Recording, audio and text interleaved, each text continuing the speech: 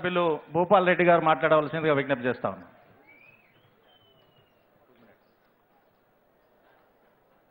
Zaheerabad parliament సన్నాహక సభకు అధ్యక్షత వహిస్తున్న హనుమాన్ షిండే గారికి, గౌరవనీయులు పెద్దలు మన యువ కెరటం కేటీ రామారావు గారికి, మన ఎంపీ బీబీ పాటిల్ గారికి, ప్రశాంత్ రెడ్డి గారికి, వేదిక మీద ఉన్న సహచర ఎమ్మెల్యేలందరికీ, ఎమ్మెల్సీ పల్లా రాజేశ్వర రెడ్డి గారికి, ఎమ్మెల్సీ సుభాష్ రెడ్డి గారికి, రాజేశ్వరరావు గారికి, వేదిక మీద ఉన్న పార్టీ అధ్యక్షులందరికీ, మరి వివిధ నియోజకవర్గాల నుంచి వివిధ గ్రామాల నుంచి వచ్చిన అశేష పార్టీ కార్యకర్తలందరికీ పేరు పేరున హృదయపూర్వక నమస్కారాలు తెలియజేస్తున్నాను.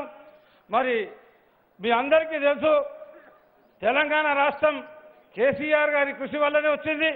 ఆ తెలంగాణ రాష్ట్రం వచ్చిన తర్వాత ఈ దేశంలోనే ఎక్కడి లేని విధంగా సంక్షేమ పథకాలన్నీ కూడా మన తెలంగాణ రాష్ట్రంలోనే ప్రవేశపెట్టడం జరిగింది.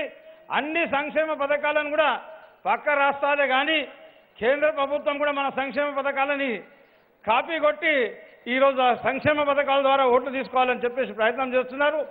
మరి మనం ఈ సంక్షేమ పథకాలని, మన సంక్షేమ పథకాలు అందరికీ నచ్చుతున్నాయి. వేరే రాష్ట్రాల వాళ్ళు కూడా వాళ్ళ జిల్లాలను కూడా మన రాష్ట్రంలో కలుపుకోవాలని చెప్పేసి ప్రయత్నం చేస్తున్నారు.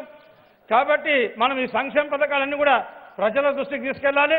మరి గత 5 సంవత్సరాల్లో జరిగిన అభివృద్ధి పనులు నారాయణఖేడ్ నియోజకవర్గంలోనే కానీ ఇతర నియోజకవర్గాల అభివృద్ధి పనులు అన్ని చూసి మొన్నటి జరిగిన 2018 ఎమ్మెల్యే ఎలక్షన్లో మరి భారీ మెజార్టీతో అందరు శాసనసభ్యులను కూడా గెలుపుకోవడం జరిగింది.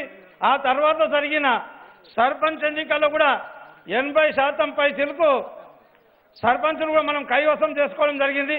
మరి ఇప్పుడు జరగబోయే ఈ పార్లమెంట్ ఎన్నిక మనకు ముఖ్యమైన ఎన్నిక. ఎందుకంటే దీని తర్వాత కూడా మళ్ళా మనకి ఇంకా 2-3 ఎన్నికలు ఉంటాయి. మున్సిపాలిటీ ఎన్నికలు ఉంటాయి, మన స్థానిక సంస్థల ఎన్నికలు ఉంటాయి.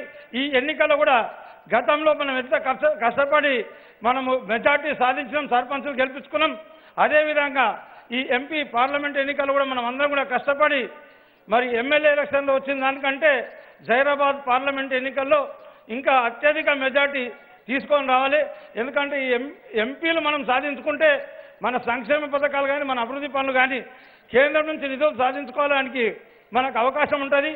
మన రాష్ట్రం నుంచి ఎంతమంది ఎంపీలు కేంద్రానికి ఎక్కువ మందిని పంపించుకోగలుగుతామో మనం అంతా కేంద్రం నుంచి ఎక్కువ నిధులు సాధించుకోవడానికి అవకాశం ఉంటుంది. కాబట్టి నేను కార్యకర్తలందరూ కూడా విజ్ఞప్తి చేస్తున్నాం, మన సంక్షేమ పథకాలు, మన అభివృద్ధి పనులు కూడా ప్రజల దృష్టికి తీసుకెళ్లి మరొక్కసారి మీరు అందరూ కూడా సైనికుల్లాగా పనిచేసి ఈ పార్లమెంట్ ఎన్నికల్లో మనం విజయం సాధించాలని చెప్పేసి మీ అందరికీ విజ్ఞప్తి చేస్తూ